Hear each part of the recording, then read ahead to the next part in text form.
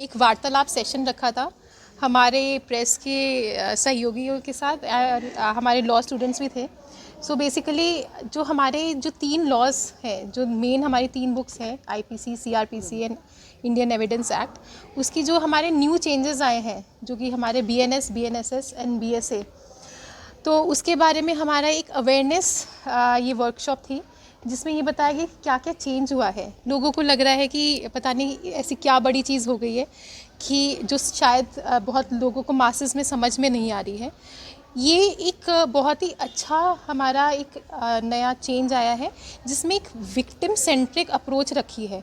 एक तो justice for all, at the same time transparency की ध्यान में रखा गया है।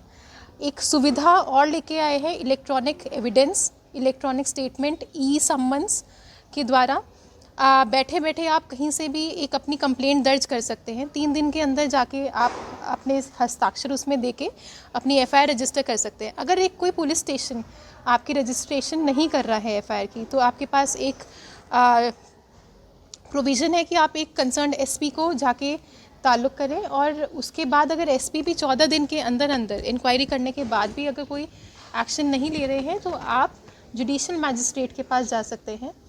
आपके ऊपर कभी कभार ये ऐसे भी हो सकता है कि गलत आरोप लगने की गुंजाइश होती है, तो उसमें जो जुडिशल मैजिस्ट्रेट है वो एक बार एक्यूज्ड को बुलाएंगे, एक बार वो पता करेंगे, पुलिस से एक रिपोर्ट लेंगे, उसके बेसिस पे आप जुडिशल मैजिस्ट्रेट के थ्रू अपनी एफआईआर रजिस्टर करा सकते हैं।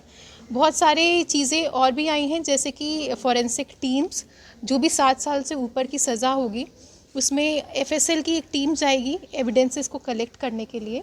ये एक बहुत ही अच्छा तरीका है, जिसमें आपका जो साइंटिफिक एविडेंसेस जो कोर्ट में हम दाखिल करते हैं, उसकी जो सैंक्टिटी है वो बरकरार रहती है, और इसमें कोई भी ह्यूमन इंटरफेस को हमने मिनिमाइज़ कर दिया है, जिसकी वजह से कि कोई भी जो केस होता है वो कम से कम एविडेंस के बेसिस पे उसमें एक्विटल ना मिले किसी को भी।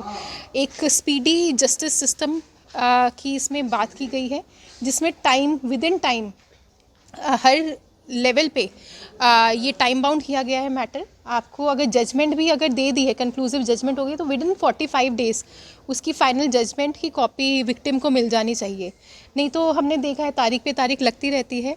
तो जैसे डिसमिसल की, डिस्चार्ज की, विड्रॉल की जो भी पिटिशंस होती हैं, उसको भी टाइम बाउंड किया गया है।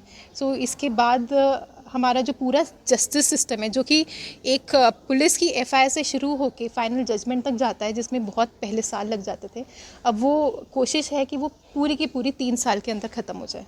We chose the strongest one. Ma'am, ये जो न्यू क्रिमिनल लॉ में एक टर्म ऐड किया गया है, कम्युनिटी सर्विस बोल के, इसमें किस तरीके से पुलिस का वो रहेगा, मतलब लाइक असिस्टेंट रहेगा जो विक्टिम है? क्योंकि यहाँ पे कहीं ना कहीं ऐसे प्रेशराइज होते हैं, specially in term of Arunachal Pradesh. आप पोस्को का बात कर लो, यहाँ पे कुछ सेक्सुअली असॉल्ट हो जाता है, तो कहीं ना कहीं वहाँ पे सॉल्व हो जाता है। जब विक्टिम वो खुद पुलिस में जाके जस्टिस मांगना चाहता है, बट फैमिली प्रेशर करके उनको वो चीज़ को दबा देते, तो ऐसे केस में पुलिस किस तरीके से काम अच्छा, करेगी? आपके 2 क्वेश्चंस है। Number 1 is community service. So community service is basically for the non heinous crimes, कि जैसे 5,000 तक की चोरी हो गई तो उसको आपने कम्युनिटी सर्विस दे दी। जो फर्स्ट टाइम ऑफेंडर्स हो गए, आप उनको कम्युनिटी सर्विस की पनिशमेंट दे रहे हैं। ये एक रिफॉर्मेटिव अप्रोच होती है कि एक लड़का जिसके पास सुविधाएं नहीं हैं, वो ही थोड़े इन्हीं चीज़ों में जाता है, एक अच्छे ख़ानदान वाला नहीं जाएगा। तो हम उसको एक चांस देते हैं कि ठीक है, वो शायद से ठीक हो जाए, नहीं तो हम जिंदगी भर के लिए क्रिमिनल बना देंगे। So this is the reformative approach. Secondly, आपने जो दूसरा बोला कि पॉक्सो केसेस हैं तो विक्टिम होता है, तो उसके आप देखेंगे कि डेथ पेनल्टी तक गए हैं। तो ऐसा नहीं है कि ये वाले केसेस में ये यूज़ होएगा।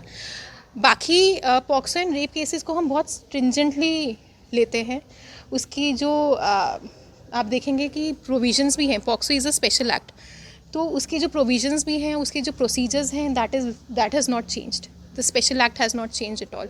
सो जिससे हम पहले आ रहे थे वो वैसे का वैसा ही रहेगा। Basically, we can see this. There are some relaxations for the victim and accused also. आप digitally काम कर सकते हैं ये चीज़ को लेकर। देखिए, But as you mentioned in your speech कि आपने कहा कि आप थ्रू व्हाट्सएप या जीमेल आप सेंड कर देंगे, समन किसी को करेंगे तो देखना नहीं देखना, इट्स अप टू देम।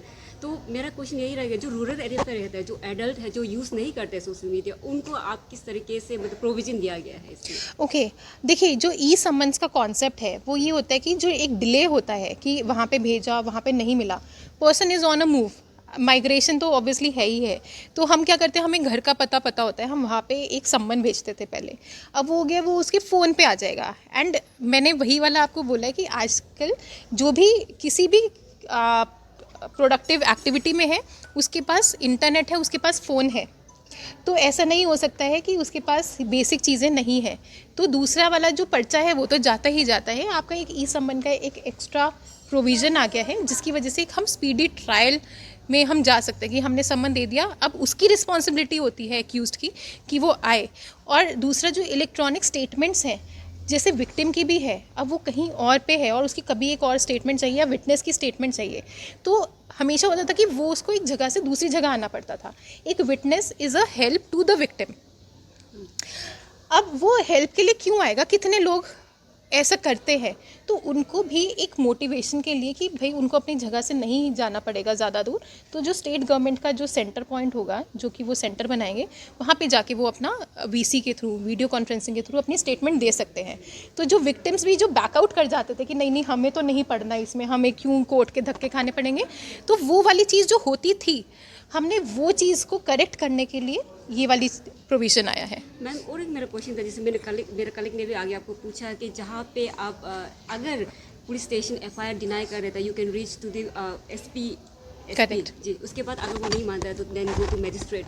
तो फिर भी अगर वहाँ पे अगर ऐसा ये न्यू लॉ में ऐसा कुछ प्रोविजन है क्या, अगर मैजिस्ट्रेट भी एफआईआर या कुछ इनिशिएट करने के लिए डिनाई कर दे, स्पेशली हाई प्रोफाइल केस में, then it's there any provision को जो कॉमन पीपल है वो इनिशिएट कर सकते हैं अपना केस को लेके? देखिए, आपको कहीं ना कहीं तो अपना ट्रस्ट रखना पड़ेगा। आपने पहला लेवल चलो नहीं किया, दूसरा लेवल जो कि मोस्टली एक गजटेड ऑफिसर है, मोस्टली क्या है, इट्स अ गजटेड ऑफिसर और एन आईपीएस, तो वो भी नहीं कर रहा है 14 दिन के इंक्वायरी के बाद भी। फिर मजिस्ट्रेट के पास भी पावर है, मजिस्ट्रेट के पास ही जाके लोग पहले 156/3 में कराते थे, तो पहले भी ऐसे एफआईआर्स होती थी, ऐसा कोई नया प्रोविज़न नहीं है। तो अब आप मजिस्ट्रेट के पास जा रहे हैं, आपने पूरे फैक्ट्स रख रहे हैं, आप अपना वकील भी लेके जा रहे हैं, फिर एक्यूज़ को भी वो एक बार बुला रहे हैं।